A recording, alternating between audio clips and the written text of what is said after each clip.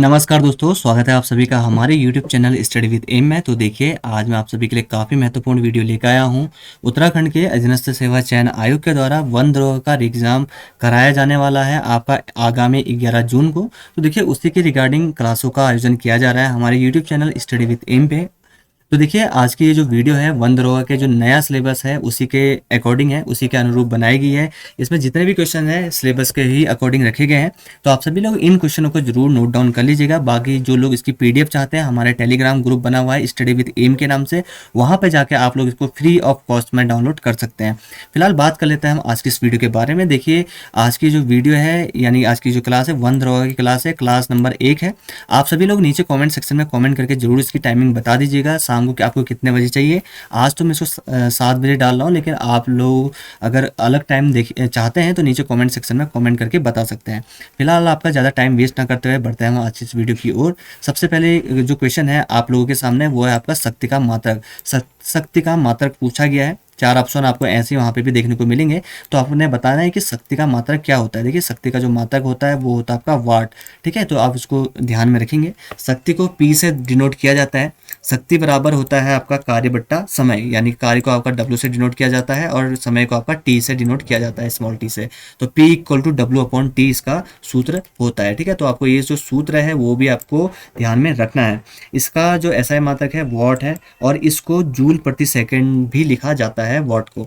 अगला क्वेश्चन है आपका यहाँ पे देखिए, बल का मात्रक पूछा गया है। बल का मात्रक देखिए, आपका जो सिलेबस है उसमें मात्रक भी है, यूनिट्स भी हैं, तो आपको इन मात्रकों को भी याद करना जरूरी है, क्योंकि जो महत्वपूर्ण मात्रक है उन्हीं से क्वेश्चन पुट अप होगा और उन्हीं से कुछ इर्द गिर्द और भी क्वेश्चन आपके बनेंगे। बल का मात्रक ये थोड़ा सा ईजी क्वेश्चन है, और लेकिन जिन लोगों को नहीं पता उनके लिए टफ भी होगा। बल का जो एसआई मात्रक होता है वो होता है आपका न्यूटन। देखिए, बल को F से डिनोट किया जाता है। F इक्वल टू होता है m इंटू ए। एम होता है द्रव्यमान आपका जो, और a होता है आपका एक्सेलरेशन। ठीक है, यानी कि आपका किसी वस्तु पर लगा बल F, ठीक है, वस्तु के द्रव्यमान m तथा उसमें उत्पन्न त्वरण a, इनके गुणनफल के क्या होता है, बराबर होता है। तो ये इसका यहाँ से परिभाषा भी बन जाती है। ये तो मैंने आपको यहाँ पे इसका एसआई मात्रक बताया था। आपका बल का जो एसआई मात्रक होता है न्यूटन। लेकिन देखिए, न्यूटन को किसी और तरीके से भी लिखा जा सकता है। इसको लिखा जा सकता है आपका किलोग्राम मीटर पर सेकंड स्क्वायर। ठीक है, इसको लिखा जा सकता है किलोग्राम मीटर पर सेकंड स्क्वायर। ठीक है, तो आप इसको भी ध्यान में रखेंगे। अगला क्वेश्चन आपका यहाँ पे देखिए, कार्य का मात्रक क्या है। देखिए, जो कार्य का मात्रक होता है वो होता है आपका जूल। इसको भी आप याद रखेंगे। और अगला क्वेश्चन है आपका यहाँ पे देखिए, चालक की वैद्युत प्रतिरोधकता की इकाई क्या है। तो ये 4 ऑप्शन है, फदर, वोल्ट, एम्पियर या फिर ओम। तो देखिए, जो चालक की वैद्युत प्रतिरोधकता होती है उसका जो इकाई होती है वो होती है आपकी ओम। अगला क्वेश्चन है आपका देखिए यहाँ पे, प्रकाश वर्ष इकाई है। देखिए, काफी महत्वपूर्ण क्वेश्चन है। अधिकतर जितने भी कॉम्पिटिटिव एग्जाम होते हैं उसमें आपका प्रकाश वर्ष से संबंधित आपको कोई ना कोई क्वेश्चन मिल जाता है। तो देखिए, प्रकाश वर्ष काफी महत्वपूर्ण है। तो देखिए, प्रकाश वर्ष किसकी इकाई है, ये आपको दूरी की इकाई मापने की इकाई है, ये आपकी प्रकाश वर्ष। देखिए, प्रकाश वर्ष द्वारा एक वर्ष में तय की गई दूरी को एक प्रकाश वर्ष कहा जाता है।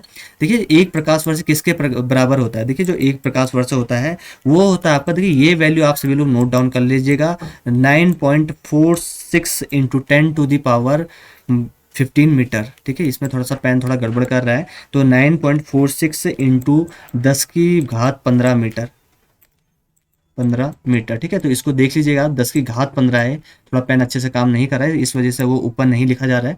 तो एक प्रकाश वर्ष से बराबर होता है 9.46 गुणा 10 की घात 15 मीटर। तो ये जो वैल्यू है इसको आप नोट डाउन कर लीजिएगा।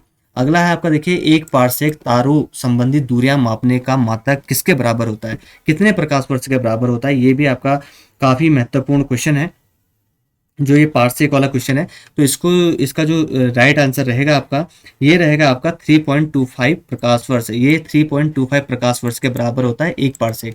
ठीक है, देखिए पारसेक जो है काफ़ी जो लंबी दूरियां होती है उसको मापने की इकाई होती है। ये भी दूरी मापने की ही इकाई होती है। ठीक है, इसके बाद देखिए, अगर एक पारसेक को अगर मीटर में लिखने के लिए बोला जाएगा आपको, तो इसकी भी वैल्यू याद रखनी है। आपका एक पारसेक बराबर कितना होता है, ये होता है आपका 3 गुणा 10 की घात 16। 3 गुणा 10 की घात 16, आप इसको ऐसे लिखेंगे। ठीक है, 3 गुणा 10 की घात 16 मीटर, ये इसकी एक अलग इकाई भी होती है। ठीक है, तो इसको इस तरीके से भी लिखा जा सकता है, एक पारसेक बराबर 3 गुणा 10 की घात 16 मीटर। अगला क्वेश्चन है आपका, देखिए पार्शिक मात्रक होता है, अभी मैंने आपको बताया था पार्शिक क्या होता है, दूरी का मात्रक होता है। देखिए प्रकाश वर्ष से भी दूरी का मात्रक होता है, जिससे पहले जो मैंने आपको बताया था ये भी प्रकाश वर्ष से भी दूरी का ही मात्रक होता है। और एक प्रकाश वर्ष बराबर होता है 9.46 गुणा 10⁻15 मीटर। उसी तरीके से पार्शिक भी दूरी का मात्रक होता है, लेकिन ज़्यादा जो लंबी दूरियां मापनी होती है वो उसके लिए काम आता है आपका पार्शिक। ठीक है, ये पार्शिक नहीं है, पार्शिक होगा, यहाँ पे थोड़ा सा गलत मिस प्रिंट हुआ है, ये पार्शिक होगा। ठीक है, तो ये आप ध्यान रखेंगे।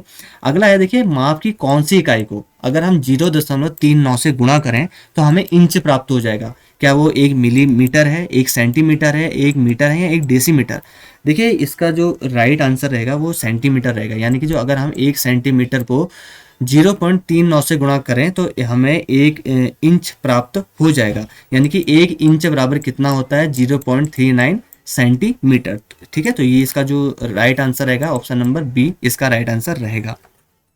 अगला क्वेश्चन है आपका, यहाँ पे देखिए 1 नैनोमीटर किसके बराबर होता है? ठीक है, तो देखिए कभी भी जो आपके नैनोमीटर होता है, आपका माइक्रोमीटर होता है, तो इन सभी के ये किसके बराबर अगर ये पूछा जाता है तो उसके पीछे की जो आपके यहाँ पे सेंटीमीटर है, मीटर है, इन चीज़ों को देखना बहुत ज़रूरी होता है। तो सबसे ये जो बात बता देता हूँ मैं आपको, जो एक नैनोमीटर होता है वो कितने, यानी 10⁹ मीटर। अगर मीटर होता तो एक जो जनरल से लोग पढ़ते हैं कि 1 नैनोमीटर कितने मीटर के बराबर होता है, वो तो होता है आपका 10⁻⁹ मीटर के बराबर होता है। लेकिन जो आपका 1 नैनोमीटर होता है 10⁻⁷ सेंटीमीटर के बराबर होता है। इसमें जो ऑप्शन नंबर बी है वो आपका राइट आंसर हो जाएगा, ऑप्शन नंबर बी। ठीक है, मीटर में पूछेगा तो 10⁻⁹ मीटर होता है। ठीक है, 1 नैनोमीटर ये -9 है। ठीक है, इसको आप नोट डाउन कर लीजिएगा। अगला क्वेश्चन आपका देखिए, एम्पियर मापने किसको मापने की इकाई होती है? एम्पियर। तो देखिए जो एम्पियर होती है वो विद्युत धारा मापती है, ये आपको नोट डाउन कर लीजिएगा आप सभी लोग। विद्युत धारा को मापने का जो यंत्र है वो होता है आपका एम्पियर। एम्पियर से विद्युत धारा मापी जाती है। अगला क्वेश्चन आपका देखिए, मेगावाट बिजली के नापने की इकाई है। जो देखिए जो मेगावाट होती है वो बिजली को मापने की इकाई तो है, लेकिन किस बिजली को मापी जाती है? उत्पादित की गई जो उत्पादित होती है बिजली उसको मापती है, या फिर उपभोग करी गई जो बिजली है उसको मापा जाता है उसमें, या फिर जितनी बिजली बचत की गई है उसको मापा जाता है, या फिर इनमें से कोई नहीं? तो देखिए जितनी भी बिजली उत्पादित होती है ना, आपने देखा होगा जनरली जितने भी बांध बनते हैं आपका, तो उसमें लिखा रहता है इसकी जो क्षमता है, बिजली उत्पादन क्षमता है वो 1000 मेगावाट की है, 600 मेगावाट की है, 40 मेगावाट की है, 50 मेगावाट है। तो मेगावाट जो बताता है वो उत्पादित की हुई बिजली को दर्शाता है। ठीक है, तो ये समझ गए होंगे। अगला क्वेश्चन है आपका देखिए, ये भी काफी महत्वपूर्ण क्वेश्चन है और आने की संभावना इसकी भी उसी तरीके से है जैसे अन्य क्वेश्चनों की है। देखिए 1 हॉर्स पावर में कितने वॉट होते हैं? ठीक है, ये आपका क्वेश्चन है, एक जो हॉर्स पावर है उसमें कितने वॉट होते हैं? तो जो इसका राइट आंसर रहेगा वो होगा आपका ऑप्शन नंबर सी, यानी कि 746 इसमें वॉट होते हैं 1 हॉर्स पावर में। और जो 1 वॉट होता है, मैंने इससे पहले बताया था, जो वॉट है जी, 1 वॉट बराबर कितना होता है? 1 जूल पर सेकेंड। इसको नोट कर लीजिएगा, 1 वॉट बराबर कितना होता है? 1 जूल पर सेकेंड। ठीक है, ये होता है। और जो और एक अश्व शक्ति होती है वो इतने वॉट के बराबर होती है, 746 वॉट। ठीक है, ये वॉट है। ठीक है, अगला क्वेश्चन है आपका देखिए, पास्कल इकाई है। पास्कल किसकी इकाई है आपको बताना है। देखिए जो पास्कल होती है वो होती है आपकी दाब की इकाई। इसमें 4 ऑप्शन मैं आपको दिखा देता हूँ। इसके जो 4 ऑप्शन थे ये था आर्द्रता, दाब, वर्षा या फिर तापमान। तो पास्कल जो इकाई होती है वो दाब की इकाई होती है। ठीक है, और 1 पास्कल बराबर कितना होता है ये भी आपको पता होना चाहिए। जो 1 पास्कल होता है, 1 पास्कल बराबर होता है 1 न्यूटन पर मीटर स्क्वायर। ठीक है, 1 न्यूटन पर मीटर स्क्वायर 1 पास्कल बराबर होता है इसकी वैल्यू। ठीक है, तो पास्कल क्या है? देखिए किसी तल के इकाई क्षेत्र पर लगने वाले बल को क्या कहा जाता है? दाब कहा जाता है। इकाई क्षेत्र पर लगने वाला जो बल है, ठीक है, एकांक क्षेत्रफल पर लगने वाले बल को ही क्या कहा जाता है? दाब कहा जाता है। दाब क्या होता है? आपका एक अदिश राशि होती है। देखिए सदिश और अदिश भी पूछे जाते हैं आगे क्वेश्चनों में, आपके ये सारे डाउट्स भी क्लियर हो जाएंगे। और जो दाब होता है, दाब का जो मात्रक मैंने आपको बता दिया है 1 न्यूटन पर मीटर स्क्वायर के बराबर होता है। और दाब को मापने की इकाई क्या होती है? पास्कल होती है। 1 न्यूटन पर मीटर स्क्वायर किसके बराबर होता है? ये पास्कल के बराबर होता है। अगला देखिए आपका, तेल का जो एक बैरल होता है लगभग कितना होता है? ये भी पूछा जा सकता है, काफी महत्वपूर्ण क्वेश्चन है। तो इसके जो ऑप्शन दिए गए हैं 131 लीटर, 159 लीटर, 179 लीटर या फिर 201 लीटर। तो इसका जो राइट आंसर रहेगा 159 लीटर होता है। वैसे देखिए अगर एक बैरल की जो एग्जैक्ट अगर हम उसको मापें तो वो होता है आपका 158 9873 इतना लीटर होता है। तो इसको पूरा पूरा अगर हम पूरा ले लेते हैं तो 159 लीटर आ जाता है। तो इसको आपको ध्यान में रखना होगा। साथ ही साथ देखिए जो आपका एक बैरल होता है वो कितने यूएस गैलन के बराबर होता है, ये भी एक बार क्वेश्चन पूछा गया था। तो जो बैरल होता है वो 42 यूएस गैलन के बराबर रहता है। अगला क्वेश्चन है आपका, देखिए पारिस्थितिक दबाव की इकाई क्या है? पारिस्थितिक दबाव की इकाई क्या है, ये आपसे क्वेश्चन पूछा गया है। तो देखिए इसका जो राइट आंसर, कई लोग इसमें कंफ्यूजन हो रहे होंगे। पारिस्थितिकी दबाव, इसको एटमॉस्फेयर प्रेशर भी कहा जाता है। अब तो आ गया होगा, कई लोग नीचे आंसर लगा लीजिए आप लोग। तो देखिए जो आपका एटमॉस्फेयर प्रेशर रहता है उसकी जो इकाई रहता है वो होती है आपकी बार। ये भी वायुमंडलीय दाब कहा गया है। ठीक है, ठीक हो गया। इसको पारिस्थितिक दाब किसके की इकाई क्या होती है? ये होती है बार, एक बार। देखिए इसमें जो एक बार है कितने पास्कल के बराबर होता है? कई बार ये क्वेश्चन भी पूछा जाता है, एक बार बराबर कितने पास्कल होते हैं? देखिए एक जो बार होता है वो होता है 10⁵ पास्कल के बराबर। ठीक है, तो ये सारी चीज़ें आपको याद होनी चाहिए, पास्कल। ठीक है, एक बार बराबर 10⁵ पास्कल होता है, ये आपको याद रखना है। अगला क्वेश्चन बढ़ लेते हैं, ये थोड़ा अब बायोलॉजी से आ चुका है। देखिए सबसे पहला क्वेश्चन है, जंतु विज्ञान अध्ययन करता है, किसका अध्ययन करता है ये आपको बताना है। तो देखिए इसमें आप 4 ऑप्शन पढ़ लीजिएगा। जो जंतु विज्ञान होता है, देखिए जीवित और मृत जानवर, ये ऑप्शन नंबर सी, जीवित और जो मृत जानवर होते हैं दोनों को अध्ययन करने के लिए जंतु विज्ञान का प्रयोग किया जाता है। अगला है आपका, देखिए फूलों के अध्ययन को क्या कहा जाता है? देखिए जो फूलों का जो अध्ययन होता है उसको कहा जाता है आपका एंथ्रोलॉजी। ठीक है, ये एंथ्रो होगा, एंथ्रोलॉजी कहा जाता है आपका फूलों के अध्ययन को। ठीक है, उसी तरीके से देखिए आपका फ्रेनोलॉजी, मस्तिष्क के जो विभिन्न भाग होते हैं उनकी क्रियाशीलता का अध्ययन करना होता है, तो उसके लिए फ्रेनोलॉजी का प्रयोग किया जाता है। साथ ही साथ देखिए जो एग्रोस्ट्रोलॉजी है, इसको जो घास होते हैं, घास का जो अध्ययन होता है उसमें प्रयोग किया जाता है आपका एग्रोस्ट्रोलॉजी। इसको सब नोट डाउन कर लीजिएगा। उसके बाद जो लास्ट वाला जो ऑप्शन था पेनिनोलॉजी है, वो आपका जो परागकण होते हैं उनका अध्ययन करने के लिए पेनिनोलॉजी का प्रयोग किया जाता है। अगला क्वेश्चन आपका देखिए, कीटों के वैज्ञानिक अध्ययन को क्या कहा जाता है? जो कीटों का वैज्ञानिक अध्ययन होता है उसको कहा जाता है आपका एंटिमोलॉजी। ठीक है, आपको याद रखना पड़ेगा। देखिए इससे पहले जो पहला ऑप्शन है इसका, तो फिलहाल 18वें क्वेश्चन का जो राइट आंसर है वो आपका है आपका एंटिमोलॉजी। इसमें आपका कीटों का अध्ययन किया जाता है। लेकिन जो आपका सबसे पहला ऑप्शन है आपका इक्थियोलॉजी में आपका जो मछली होती है उसकी संरचना हो गया या फिर उसका जो कार्य होता है उसका अध्ययन किया जाता है। पैरासिटोलॉजी में आपका जो परजीवी हैं उसका अध्ययन किया जाता है। और मैकोलॉजी में आपका इसमें मोलस्का या फिर उसके खोलों का अध्ययन किया जाता है, सेलों का अध्ययन किया जाता है का मैकोलॉजी में। अगला क्वेश्चन आपका यहाँ पे देखिए, कौन सा विषय मानव जाति के महत्वपूर्ण आंकड़ों के अध्ययन से संबंधित है?